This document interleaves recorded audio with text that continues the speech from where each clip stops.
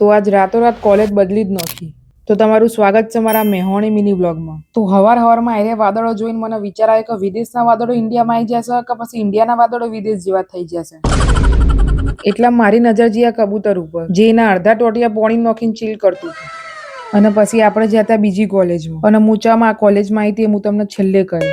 તો પછી કોલેજમાં થોડું કામકાજ પતાવીને આપણે આવી જતા ઘેર આવતા જ મમ્મી આપણને ગરમા ગરમ ખાવાનું કરી કીધું બેહી જો હવે ખાવા. તો આપણે મસ્ત થાળી હજાઈને ખાવા બેહી ગયા. તો આજના મેનુમાં આપણે આટલી આઈટમો તો આપણે પાક્કા પાયે ખાઈ લીધું ને પછી વાહણ તો ઘસવા જ પડે ને. એટલે કોમ પતાવીને આપણે આવી જતા મહિલા ગેરેજમાં. જો જૂની ગાડીઓ આવી નવી થઈને જાય છે, એટલે કે તમારી ભાષામાં બ્યુટી પાર્લર.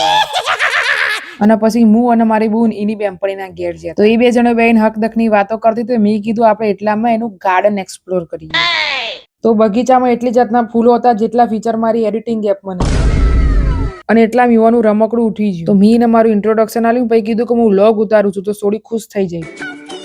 અને પછી એના જોડે થોડી રમત ગમત કરીને આપણે આવી જતા ઘેર. અને ઘેર આવતા જ મારી બુને એની ગાડી હાઈજેક કરી નાખી. આ સીન જોઈને મને એક જ ગીત યાદ આવ્યું. એટલામાં તો ભાઈ ઘેર આવી વાનું એક બૂટ પહેરી. તે મેં કીધું ચમ લે બીજું બૂટ ભાડે આલીને આવ્યો છો કહું. એટલા મીને એનું એક ટેલેન્ટ બતાવ્યું કે આપણે એના કોનમાં કઈક વાત કહીએ ને તો એ હું રિએક્ટ કરશે જુઓ.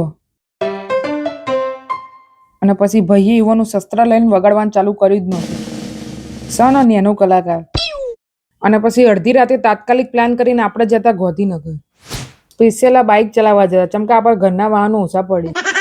તો હવે આયા છીએ તો પૈસા તો વસૂલ કરવા જ પડશે. તો આપણે એ પતાઈને હવે જઈએ છીએ ઘેર. તો આપણો વ્લોગ અહીંયા પતશે. અને હા, અમારે કહેવાનું રહી ગયું કે મેં કોલેજ નહીં બદલ્યો, હું તો એપ્રિલ ફૂલ બનાવતી હતી. તો મળીએ હવે મારા નેક્સ્ટ વ્લોગમાં. તો જોડાયેલા રહેજો નીર પટેલ સાથે.